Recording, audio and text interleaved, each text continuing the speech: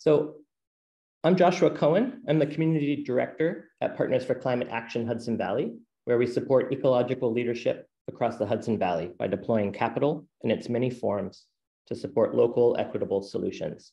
I'm also the Director of the Hudson Valley Climate Action Network, or HVCAN, a project of PCA.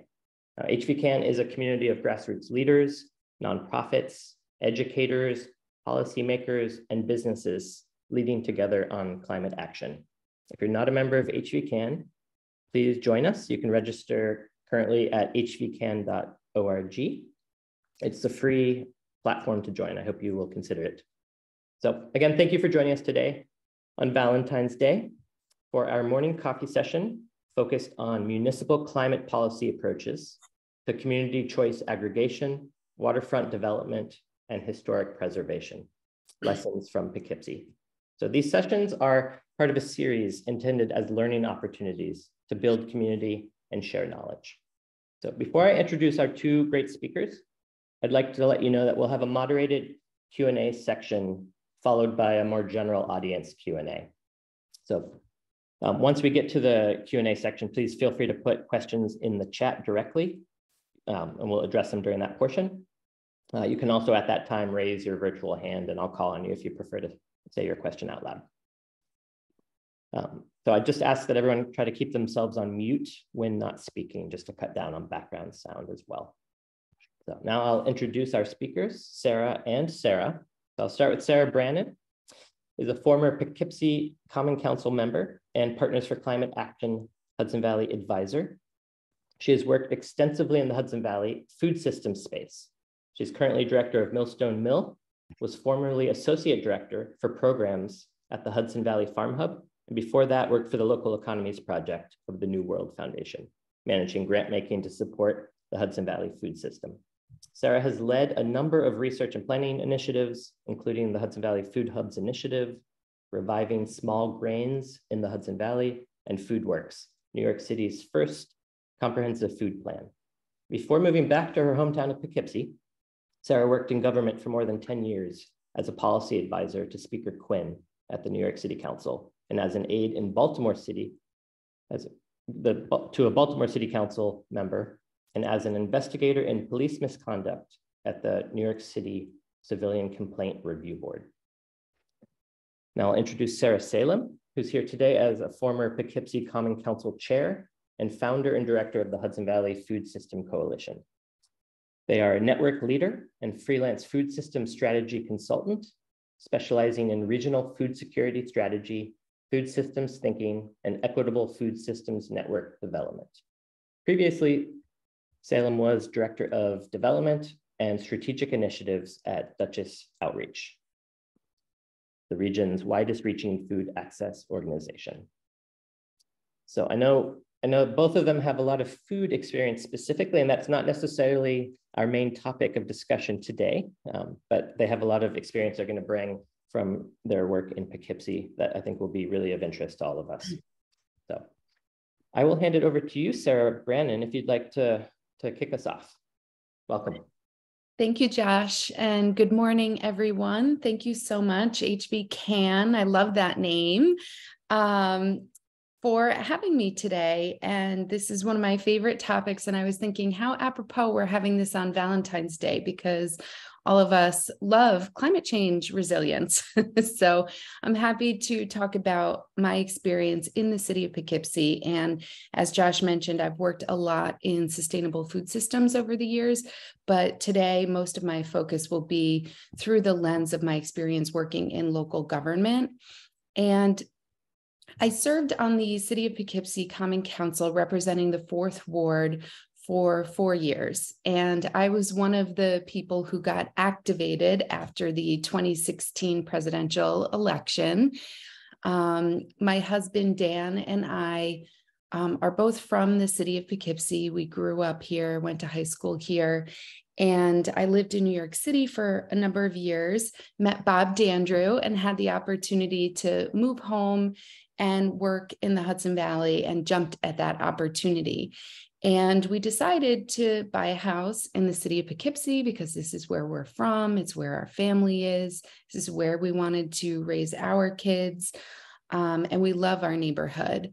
But the confluence of what happened in the 2016 presidential election, along with some of the things I was seeing in terms of the decline of my hometown, the city of Poughkeepsie, caused me to run for office. And I'm very glad I did it. It is a harrowing experience to run for office, but it is definitely and was for me a labor of love.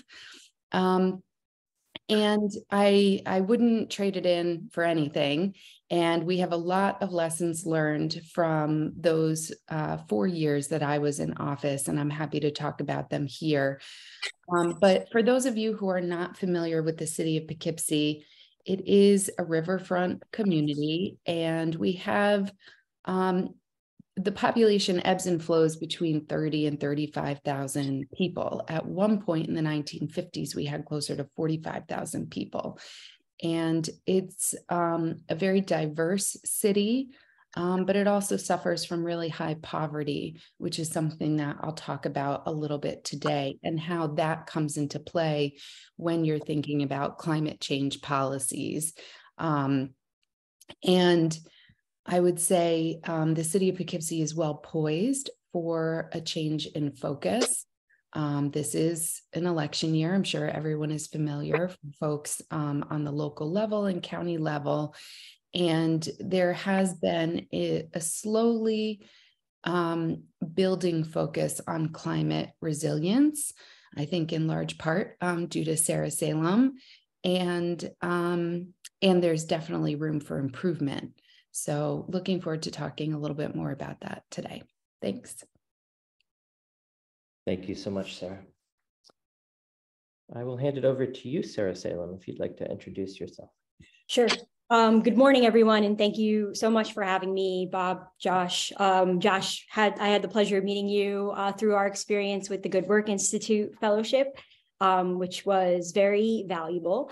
Most of my experience is in food systems, specifically in emergency food access. I have been working more recently in developing the Hudson Valley Food System Coalition, which works in climate, specifically in regenerative agriculture and food systems development, by bringing a network of partners together across sector in order to work together toward achieving a more cohesive vision for the Hudson Valley food shed. However, my experience in the city of Poughkeepsie started back in 1988 when my parents first moved here to Poughkeepsie. And so I am a lifelong resident of the Hudson Valley, not specifically in Poughkeepsie, but on the outlier city and towns of the region. And I really do love this community. My partner and I just recently purchased a home here in the city of Poughkeepsie, so we're developing and growing our roots even more. And my experience on the city council also started back in 2016, following that presidential election, when a lot of folks were, if they hadn't already been activated politically, became more active in politics, including myself.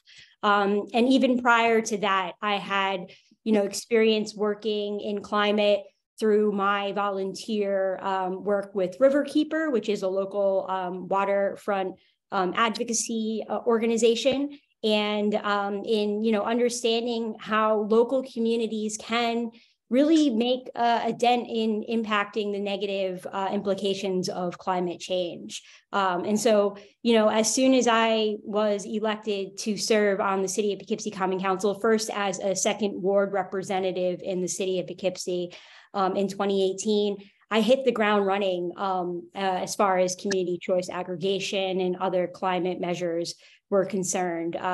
My tenure on the council included being elected chair, first in 2019 and then again in 2021.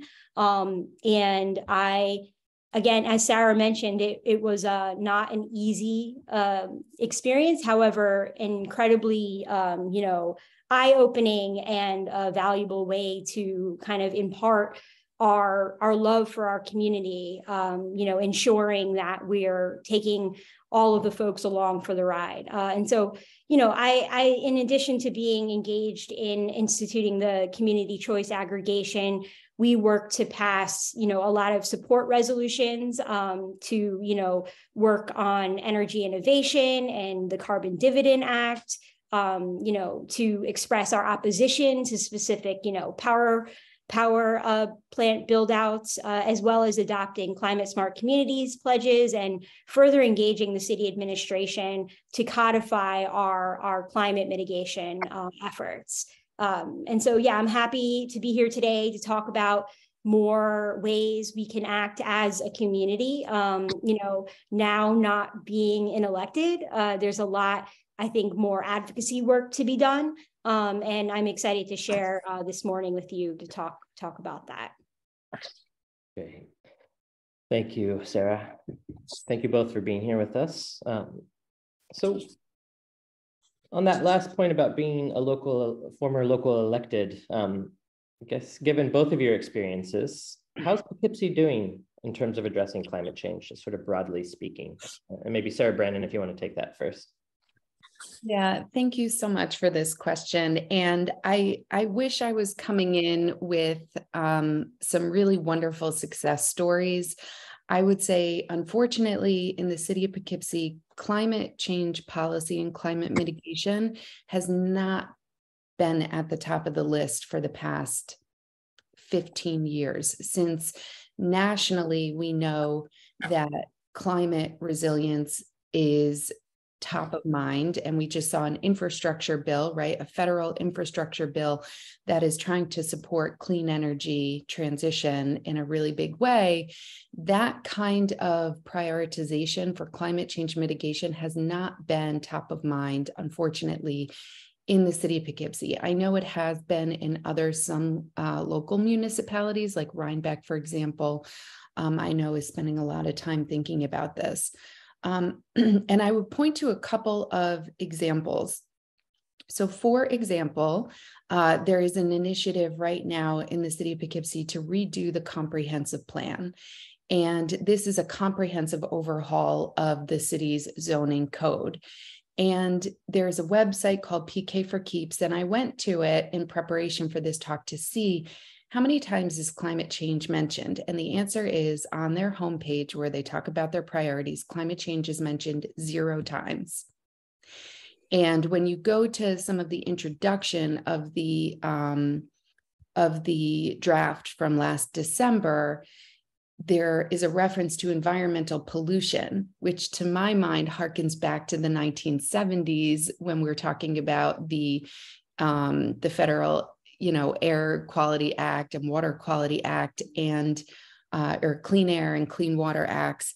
But there's really not a heavy focus on incentivizing green buildings, green space, flood mitigation strategies, and the like, despite the fact that we know the city of Poughkeepsie is going to be very vulnerable to sea level increases. And in particular, there are some very low-lying areas like Warriors Park, which is the biggest municipal park on the waterfront. And a friend and colleague shared some photographs of Warriors Park just completely covered in water recently. And the only public dock on the waterfront oftentimes is inaccessible because of already high tide with a storm surge today is inaccessible. And we just don't see a lot of focus on climate change mitigation yet. There have been some qualitative projects like the Pace Land Use Law Center had some students come here and do a research project, but that didn't then translate into any policy action. So I think, unfortunately, that is one area where there's definitely room for improvement and a need for advocacy for people to increase the level of focus on climate change resilience. Another area of focus has been the city's local waterfront revitalization plan. I and other council members worked very hard to frankly, slow that down and try to increase emphasis on open space and public space as a means for climate change mitigation, but also improving quality of life. And when we take care of our environment, that improves our quality of life. So that was sort of the way that I tried to approach getting buy-in for climate change mitigation, was to focus on quality of life and accessibility of the waterfront for people, and try to find a convergence of interests on waterfront development in that way. Great, thank you. How about you, Sarah Salem? How is Poughkeepsie doing, broadly speaking, in terms of climate? Right. I mean, a lot of the things that Sarah mentioned, I agree with. I think that for many, many years, climate has kind of been put on the back burner as far as policy change in local communities. A lot of people thinking that it's more a national issue, when in fact, while, the federal government works out its national plan, local communities can do a lot. And specifically, as was mentioned in land use planning, is one of the most impactful ways to take climate action on a local level. To require carbon reduction in construction projects, LEED building standards. We have, installation of EV chargers. There could be more, kind of making improvements to our infrastructure that incorporate adaptive planning, into our building codes. There's the New York Stretch Energy Code that we could implement, which is a very easy fix in the city of Poughkeepsie that could then encourage more regenerative, climate adaptive construction and development, again, to kind of address some of the things that we have. We need to grow our infrastructure in the city, and we want to encourage economic development and construction. However, at this point, we really have to, take the initiative to ensure that it's not hurting our climate. And, we did, take a lot of efforts during our tenure on the council to do just that. But part of the issue in the city of Poughkeepsie and many other local communities is that, that comes and goes with specific people who take that upon themselves as their issue. And then as soon as they're out of office, you see those measures kind of falling by the wayside. And so that's why I think that there's a value. And this is one of the things that I wish I had the opportunity to do while I was on the council, was to, further codify our climate efforts by instituting a climate or a conservation advisory council, which then again brings the community into the effort and ensures that our local legislators have a direct line to community members, and are hearing from them as to what they want as far as climate adaptation and mitigation efforts. And, that also kind of holds your feet to the fire as a legislator if you have an advisory board of community members to ensure that, you're not just passing a law and then, it's kind of going away within the next 5 years or so. You actually have, folks in the community who are experts that can then lend their expertise to local governments. And then, right, you're including more voices. Additionally, I think that our administration in the city could take the lead from many other communities by hiring a sustainability director. So again, the project that, we did through the PACE Land Use Center and the countless projects that we're doing with Cornell Cooperative Extension to address climate. Those are all really great projects, but you get handed a planning document and then what happens after that? It sits on a shelf. So I really think that we have to kind of target our efforts so that we're ensuring that along with that toolkit, we have a pathway to implementing a lot of the suggestions that are being made on that level. Additionally, New York State is a home rule law state, meaning that we have more autonomy at our local level to implement specific pieces of legislation that many other communities can't.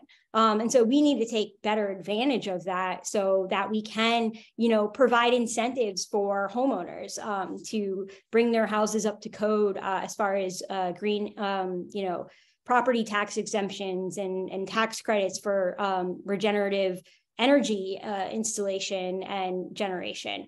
I think that, the consumer and the community member, we're taking a lot of, onus onto the climate mitigation efforts. And that's unfair because we know corporations are, impacting climate on such a larger scale. However, there are things that we can do, but they're expensive.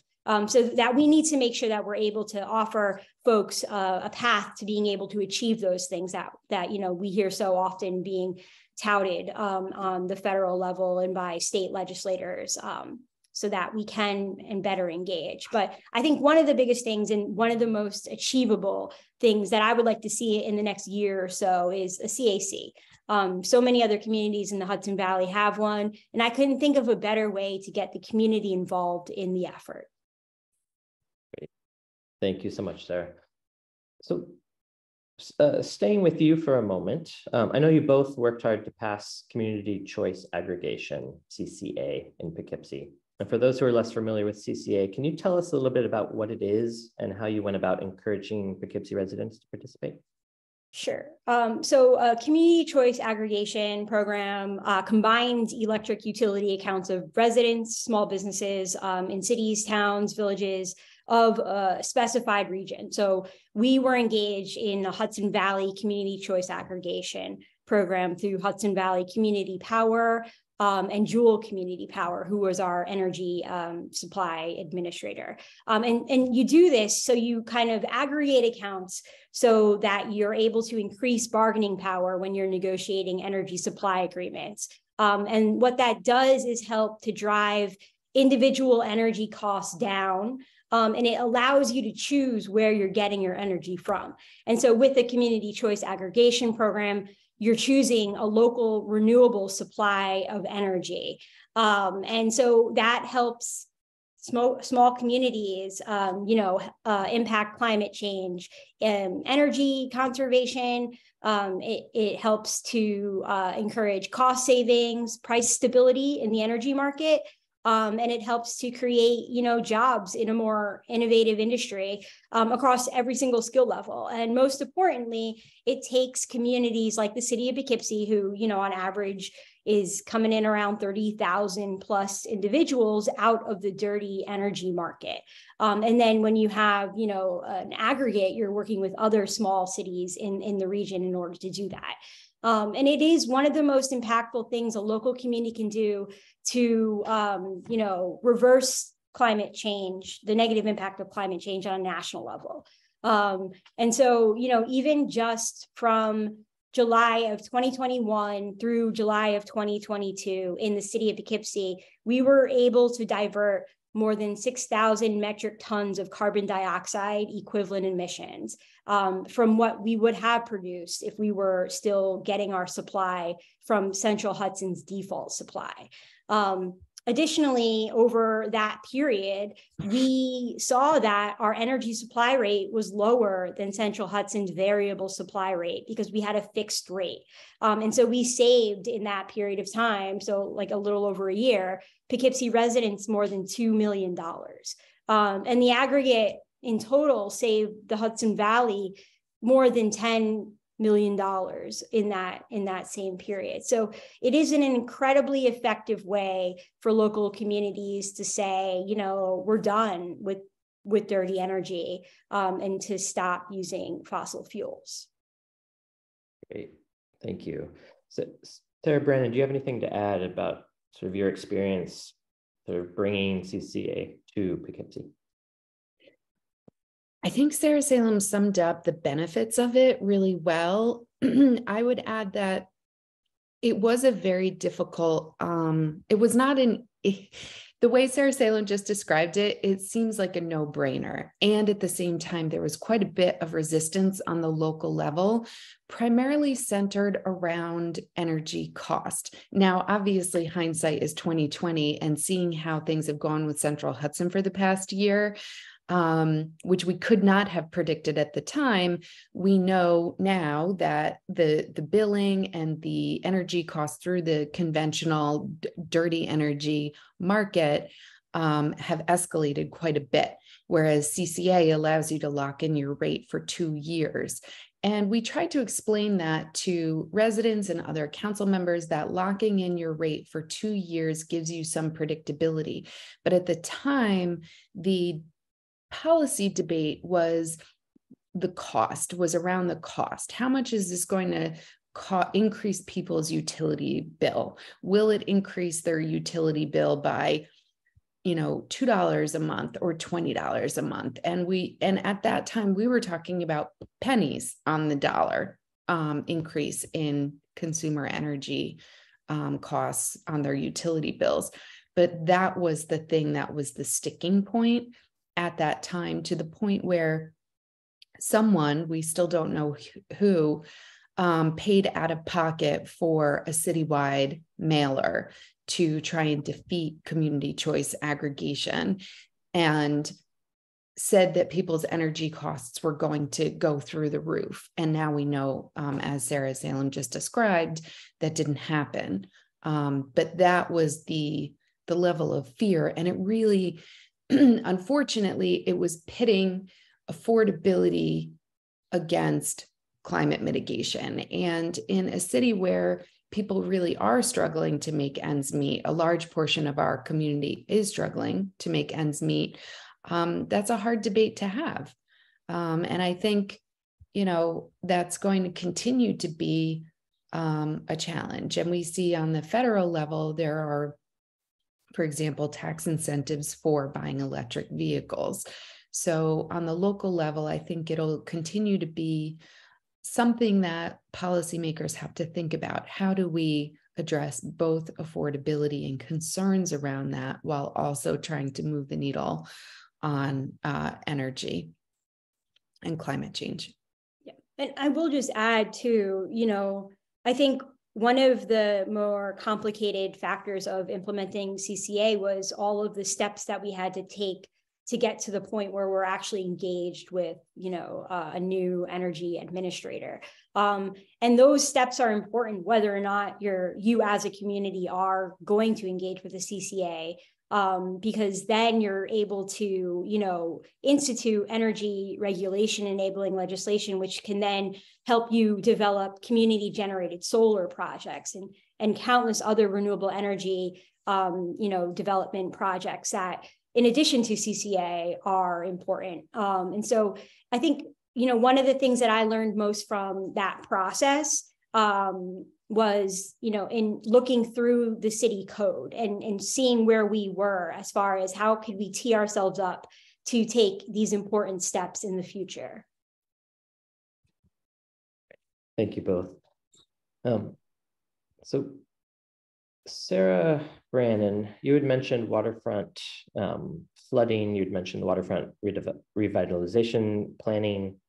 And as Poughkeepsie is a riverfront community along the tidal Hudson River, subject to rising water levels, can you tell us a little bit more about how the city has approached waterfront development along this coastal zone, and any updates on planning? Sure. So the city of Poughkeepsie, because it's a waterfront community, is eligible to create what's called a local waterfront revitalization plan, or LWRP, which is a policy document that governs how we treat our waterfront. It dictates the kinds of development we allow, the portion of built space versus open space. Also, things like transportation. How do you access the waterfront? Where does parking go? Do you have bus lines? Those kinds of comprehensive approaches to the waterfront. And also, how do you deal with boating and fishing and swimming and what we call water dependent activities? And all of this is governed by the New York State Department of State.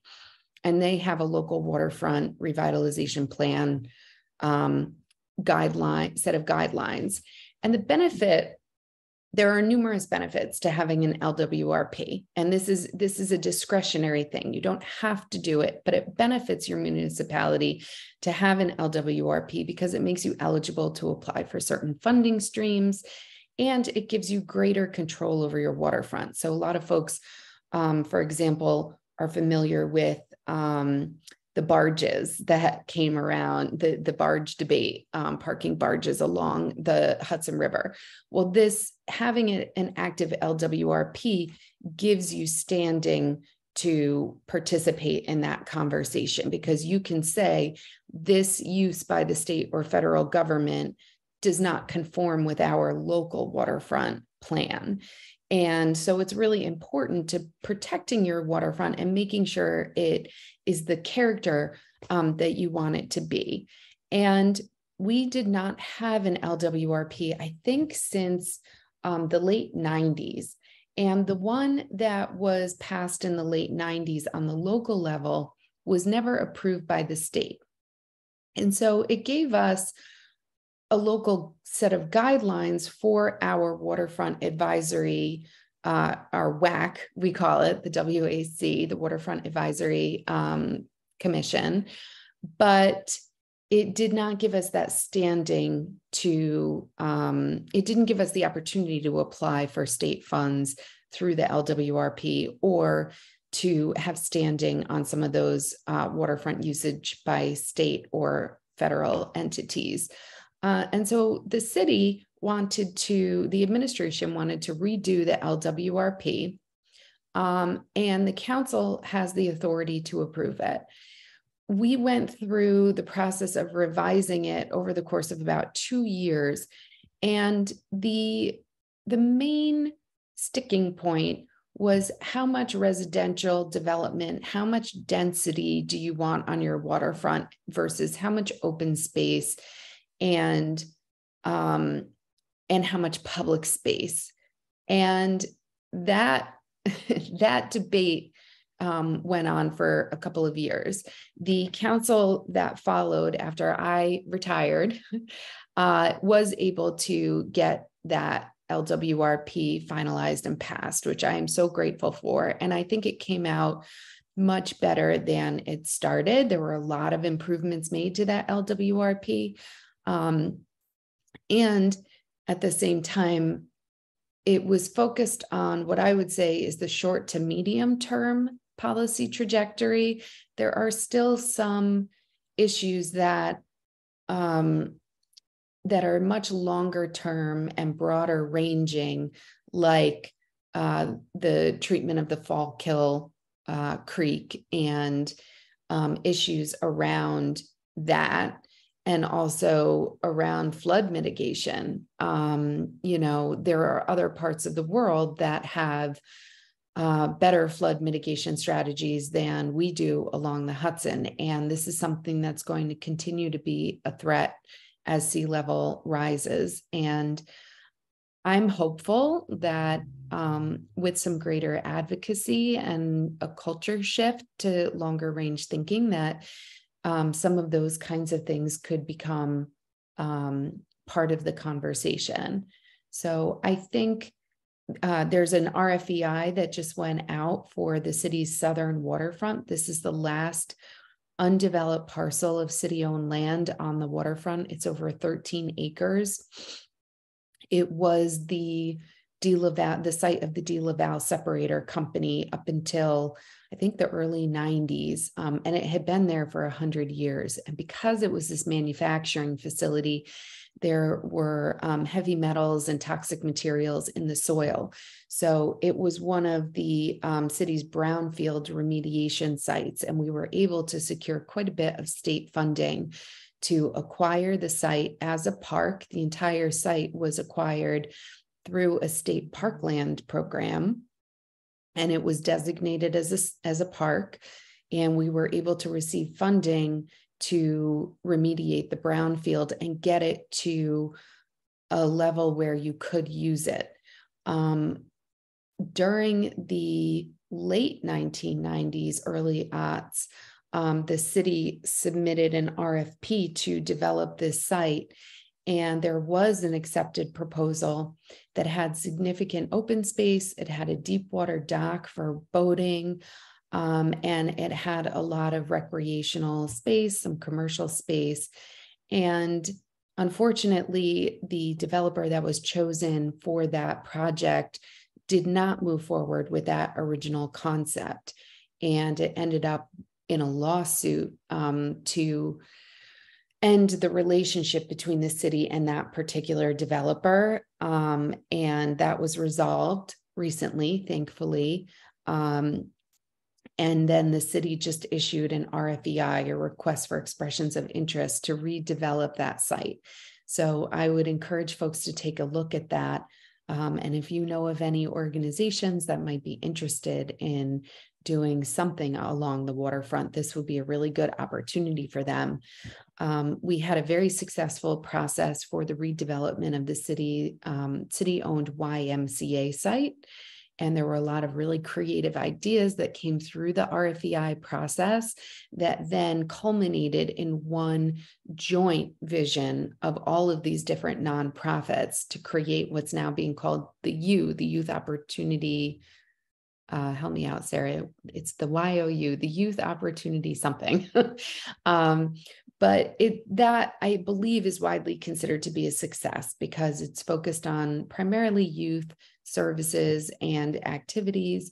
And it's taking what had been a really sad turn of events with the loss of the YMCA, which was a really beloved community center in the city, and reimagining it for the next several generations.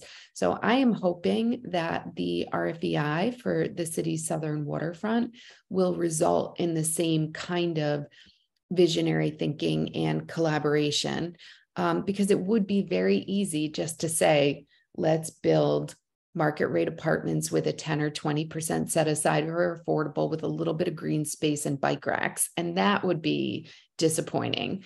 Really, for such a big site in an accessible area that could be a service to the entire region. It could be a destination for the entire region. I am really hoping that we see some visionary ideas and innovative ideas for that waterfront. So again, I would encourage folks to check out that RFEI, share it with people you know.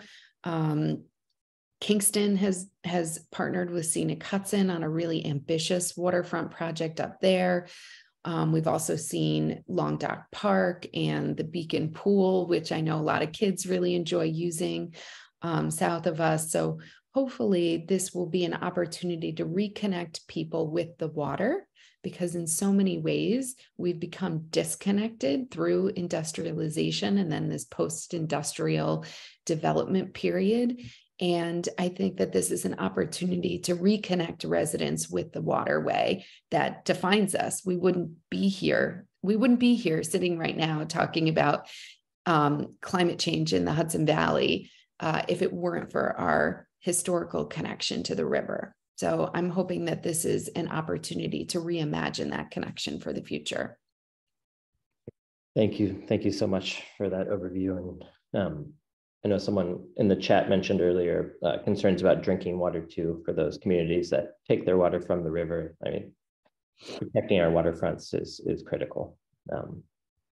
So Sarah, Salem, I'm going to switch to you. I'd love to pivot to talk about housing and historic preservation, unless there's anything else on the waterfront you wanted to mention really quickly before we shift. No, I mean, I think, Sarah, you covered it pretty well. I think it's just so critical for the community to have, more connection to the river. And, I see we have Captain Sam on here from the Apollonia, so we can start to, help to fund and develop, sail freight and other kinds of projects that help to reinvigorate the Hudson River as it was, back in indigenous times, people were connected by their waterways. They used their waterways as the primary mode of transportation and, collecting sustenance. And, we have such a beautiful river and such great examples of successful waterfronts all up along it, that I really hope that Poughkeepsie takes its cues from some of them. And right, I mean, housing is such a complex issue, and it's no different here in the city of Poughkeepsie. And, I think I was thinking about, there's so many different things that you could mention as far as, how we can protect affordable housing, affordability specifically, and historic preservation and development. But I think you can't kind of mention any of the important kind of policies that a local community can institute without mentioning any of the root causes that prevent folks from being able to afford housing in the first place. And I think one of the things that is important for community members, but also local legislators to remember is, how not to kind of come in at the last mile, but how can we prevent displacement in the first place? And that comes with higher wages. That comes with increasing socioeconomic benefits to support food security, to support and expand affordable healthcare coverage, because, study after study has demonstrated the strong positive relationship between lack of health insurance and lack of housing or loss of housing, really demonstrating that, folks are one emergency health emergency away from being homeless or unhoused. And so we really, as a local community in New York State with home rule law, need to start to think about ways that we can, protect folks from getting into that situation in the first place. Affordable childcare as another, improving our public transportation infrastructure, and a lot of the measures that we took as a body on the Common Council were, ways that we thought would help to prevent foreclosures and provide foreclosure protection assistance, to prevent evictions, good cause eviction. Although it is a hard fought legislation across the state, I do still believe needs to become statewide legislation in order to protect tenants, and, not just protect tenants, but give them a voice in their own advocacy efforts to demonstrate what power they have in their local communities to retain their housing and to, again, prevent housing loss in the first place. I think that, social housing that really encourages a mix of incomes is critical in local communities. And we talk about it all the time, how we can encourage developers to dedicate a portion of whatever housing development they're engaged in to low income housing. But it's really critical to ensure folks are able to, access not just, affordable housing, but good quality housing that is, convenient for them. And it helps to encourage their, use of transportation and encourage, their getting to work and getting to their childcare institutions. And I think, a lot of the ways that we work to do this on the council in Poughkeepsie was through our industrial development agency, which is a really effective way to ensure, low-income housing development and affordable housing development in cities of Poughkeepsie. And, Sarah and I worked hard to help to institute the Duchess Poughkeepsie Land Bank as a measure. And I know that body is taking in properties now. It's been over 2 years since we first started that effort. And I think that is a good start, and I'll let Sarah talk about that more. However, I think in addition to having a community land bank or, a county city land bank, it's important that we think of ways to maintain affordability and preservation. And I know that there were talks with local housing organizations on the development of a community land trust. And I really think that is another effective tool that we can put to use in the city of Poughkeepsie to ensure that, properties are being, there's an option to sell those properties at an affordable rate to people who exist here in our community, so that we can, see folks move from, being unhoused to renting to home ownership in a way that makes sense for them. And in a very kind of volatile market, it's not easy for anyone at this point to kind of maintain affordability in their home ownership. I think, as legislators and as folks in the community, what we can do is advocate for people who have found themselves in that position. And, I think that also extending sympathy and empathy and understanding that it is very easy to find yourself there. Great. Thank you so much, Sarah. Sarah Brannen, do you want to add to that? I have one more question after this, and then we can open it up to general Q&A. But if you want to add, and if you want to, if there's, I'm just thinking about housing and the connection with sort of climate resiliency, thinking about energy costs, thinking about weatherization, thinking about old housing stock, and those sort of burdens on a lot of communities that are struggling with this housing crisis, sort of a burden on top of a burden. And if there's anything you can sort of speak to around that as well, I think folks would be interested. Yeah, I'd love to talk about that through the lens of historic preservation, because historically or traditionally, historic preservation has been considered a focus on aesthetics. What color is your house? Are you using clapboard siding? Are you maintaining the slate roof? But that is really only part of the benefit of historic preservation. I jotted down some statistics to share with folks just to whet your appetite here a little bit around maintaining and preserving older buildings.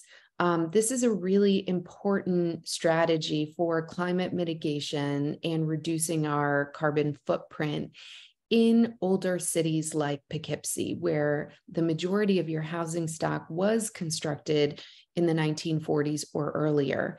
And losing some of that housing stock through demolition and neglect, and then having to replace it with new construction, has a massive, massive energy load.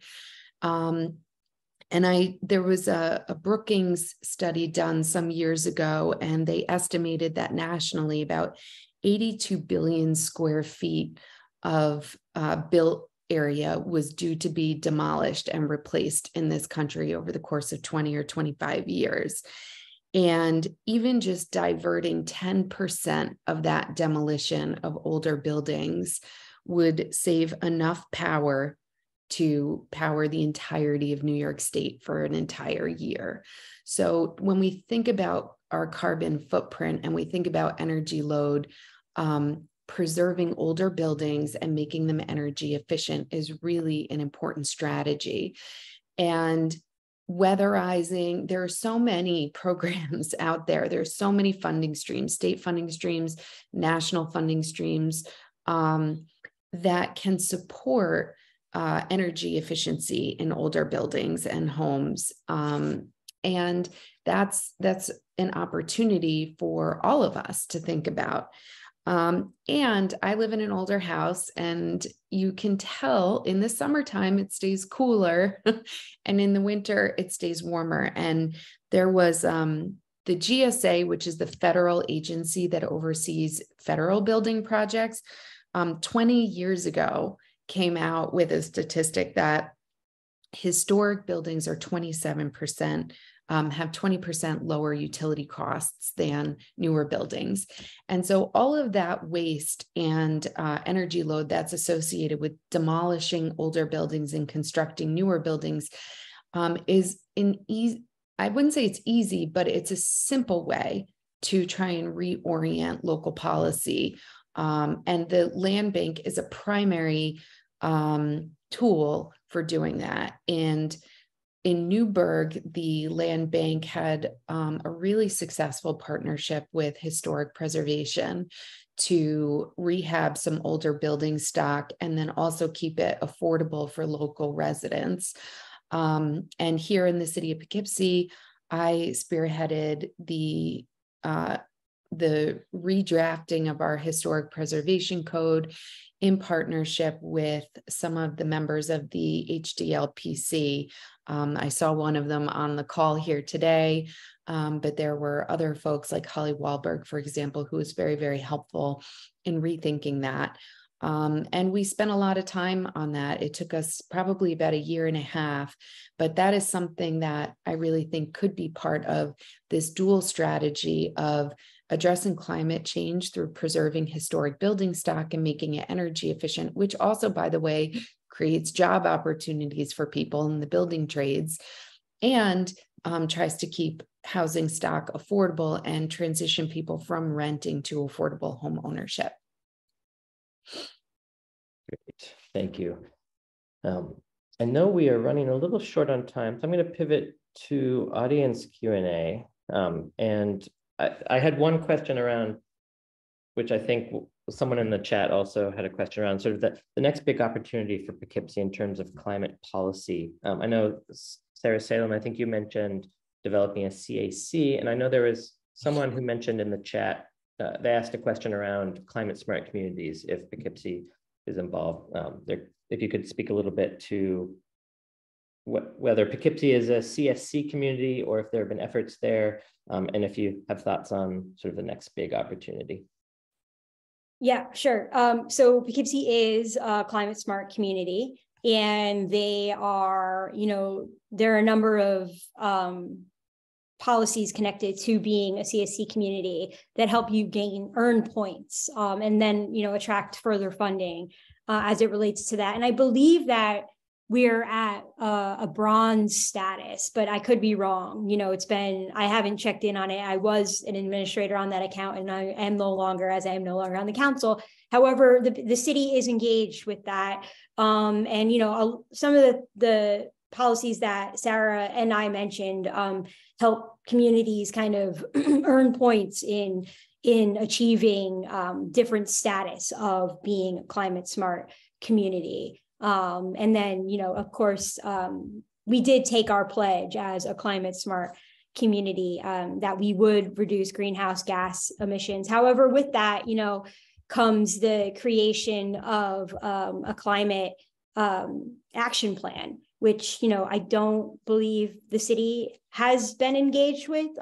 They could maybe, be working on that through the planning department. But I think that that's one of the bigger kind of nuts to crack in the city of Poughkeepsie, is to come up with that plan so that, in addition to kind of hitting those metrics of CSC communities, we are able to have a long-term vision for the city of Poughkeepsie so that we can engage with some of the things that we've been talking about. Great, thank you. And I know, just sort of adding to that, I know, Joe, you had put in the chat, most Putnam County municipal governments where he lives are behind the curve in addressing climate change. So he's especially interested in entry points in working with them. So I guess that relates to sort of expanding on your comments around CAC and the kinds of climate change projects the city is doing with Cornell Cooperative Extension. If there's any sort of other entry points that you might recommend, either of you, in terms of local governments, how to sort of get more involved in this work. I mean, I'll say something, and then Sarah, I'll let you take that. For CAC creation, as it turns out, we were looking to enable a CAC in Poughkeepsie along with the town of Poughkeepsie. And so we were both looking through our city codes to figure out how we could get this done, knowing that, we had a Waterfront Advisory Council, a Shade Tree Commission, and in different communities, they helped to kind of absorb those bodies in different ways.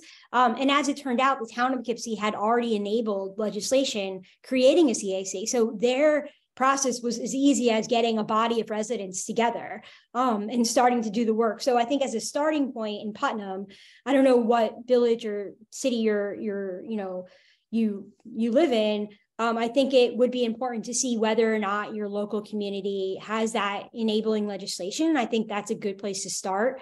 And I mean, one of the local legislators I know down in Putnam County who is keen on climate adaptation and change is Jason Angel. And I think that, if you're not connected with Jason, you should connect with Jason, because I just have a sense that he would know, where communities in Putnam County are at as far as, CACs. So I know we're just about at the end of our hour together. Melissa, Everett, I appreciate your plug for the Local Champions program. It's one of our programs at PCA where we help place coordinators for climate smart communities in different municipalities as one way to really sort of activate those efforts at the local level through sort of people power, essentially.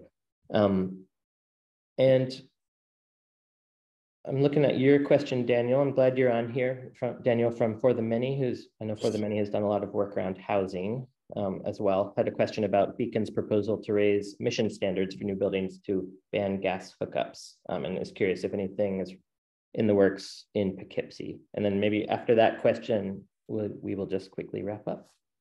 I don't know, Sarah, if you'd like to take that or have anything to add. I'll take that, because I was thinking of, what is the next few years look like for climate resilient policy in the city of Poughkeepsie? And I was actually thinking of For the Many, which is a nonprofit organization that has had pretty good success in taking a single issue and then organizing and advocating in communities along the Hudson Valley. And I think looking at that as an example for mobilization would be really good. The specific policies that Daniel mentioned in Beacon are not, I believe, on the table in the city of Poughkeepsie, but I think it's something to look into. People are coming into greater awareness about gas hookups now. It started with questioning around fracked gas, and now it's focused on people's health and well-being in their homes. And that really resonates. I know Sarah mentioned talking about housing and health as sort of a convergence of interests and needs. And I think to the extent that we can look at climate change policies through the lens of people's health and well-being as well, I think that would be a really successful way to frame those issues, particularly in an area like the city of Poughkeepsie that does have people who are struggling every single day making ends meet. So taking particular issues, I think the Champions program is wonderful, and that's really great. And those folks need a groundswell of support in order to enable their really good work. So if people are not, this was my one thing I wanted to say today, make sure I got in today. If people are not coming out and speaking and using their voice, things are not going to change.